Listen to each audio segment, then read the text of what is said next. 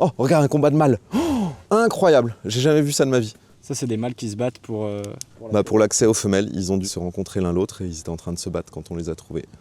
Ici, on est en banlieue parisienne. On est à quelques dizaines de minutes du périphérique, en fait. Et on est dans un coin qui a heureusement été suffisamment conservé en fait pour qu'une population de salamandres tachetées soit encore présente. La salamandre tachetée, c'est un amphibien, ce qu'on appelle un urodèle, contrairement aux anours. Les anours, c'est les grenouilles, les crapauds. Anours, ça veut dire sans queue. Donc c'est des animaux qui au stade adulte n'ont plus de queue. Les urodèles, à l'inverse, c'est ceux qui gardent une queue. Donc ça va être les salamandres, les tritons, etc. Et donc les salamandres, c'est des animaux assez sensibles à l'environnement, sensibles à la pollution, sensibles à l'humidité. Il leur faut des lieux qui restent humides toute l'année, qui soient pas pollués, pas trop chauds, pas trop froids, avec des refuges où elles peuvent être sans être dérangées. T'es un peu comme un gosse en fait quand toi tu descends dans ce genre de... Moi je suis trop content parce que déjà tu sais jamais sur quoi tu vas tomber. En photo animalière en tout cas, naturaliste, t'as toujours un petit peu de surprise. Tu regardes un peu partout, sous les feuilles, dans les trous et tout. Surtout que là voilà, c'est des sorties herpéto, donc amphibiens, reptiles. C'est vraiment différent.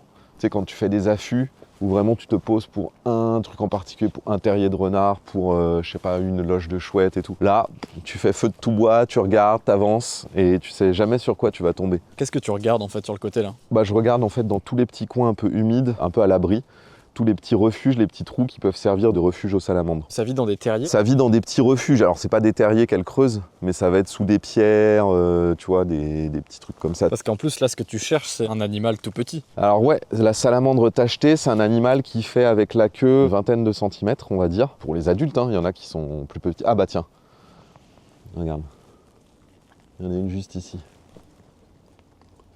Je laisse juste ton éclairage, je sais pas si tu la vois. Ouais, c'est parfait.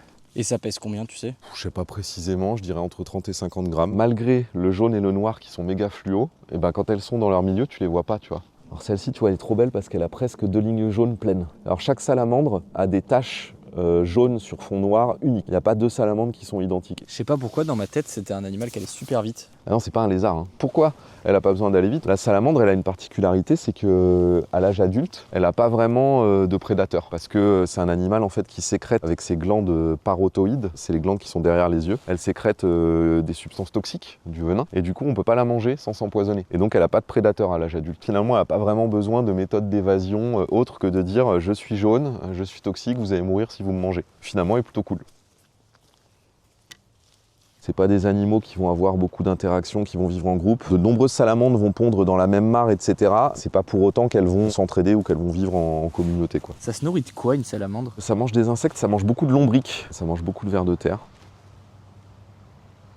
C'est une espèce protégée, donc c'est interdit de les toucher, de les détenir, de les manipuler, de les vendre, de les acheter, de faire quoi que ce soit avec. Là, je t'emmène dans un petit coin, tu vas voir, on va aller dans une mare en fait, où a lieu la ponte des salamandres. Alors les salamandres, elles ont une particularité, tout va se passer en interne et les femelles vont pondre des larves déjà formées. Elles vont pas pondre des œufs. C'est comme des mini salamandres mais qui sont noires avec des taches blanches à la base de chacune des pattes, donc 4 taches blanches et des petites branchies externes tant qu'elles sont à l'état larvaire, donc dans leur phase aquatique. Ça c'est une larve de salamandre. Plus tard elle se colorera et ça deviendra une belle salamandre adulte. La ponte a lieu au printemps, pendant tout l'été elles vont se développer là-dedans et après à l'automne elles vont ressortir. Et il y a combien de larves par femelle, par pondaison? Plusieurs dizaines, je crois que ça peut aller à 70, 100 larves. J'ai pas les chiffres précis, mais c'est cet ordre de grandeur là. Alors ça, c'est un endroit vraiment à préserver. Ça, c'est vraiment les endroits les plus critiques. Si cette mare venait à disparaître, ça serait la fin de la population, puisque c'est vraiment le lieu où elles pondent et où les larves se développent. Là, on arrive au bout du chemin, on arrive sur un lieu d'habitation, quoi. Ouais, on arrive sur une grosse route, une grosse départementale, avec plein de baraques, plein d'immeubles. Là, on arrive en ville, en fait. Parfois, on peut encore en trouver en bas. Des fois, malheureusement, elles chutent ou elles descendent les escaliers qu'elles peuvent pas remonter ensuite. Ça peut être un peu un piège pour elles. Là, il y a des petites cavités. On va aller directement à celle où j'ai déjà vu des jeunes qui étaient prisonniers. Si tu regardes là, sur le tuyau en haut à gauche, il y a une jeune salamandre qui est prise au piège.